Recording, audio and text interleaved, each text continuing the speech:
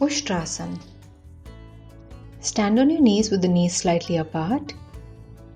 Place your hands on your lower back and arch back.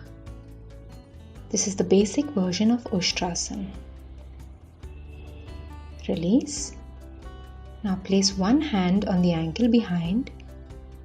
Take the other hand up towards the ceiling and look at the hand which is up.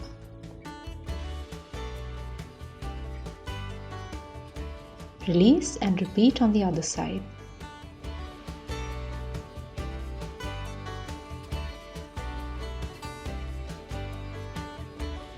For the complete version, place one hand on the ankle behind and the other hand on the other ankle.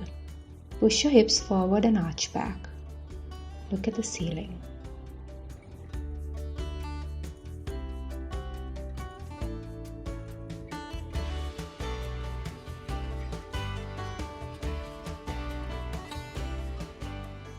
Slowly release the asana and sit back and relax in child's pose.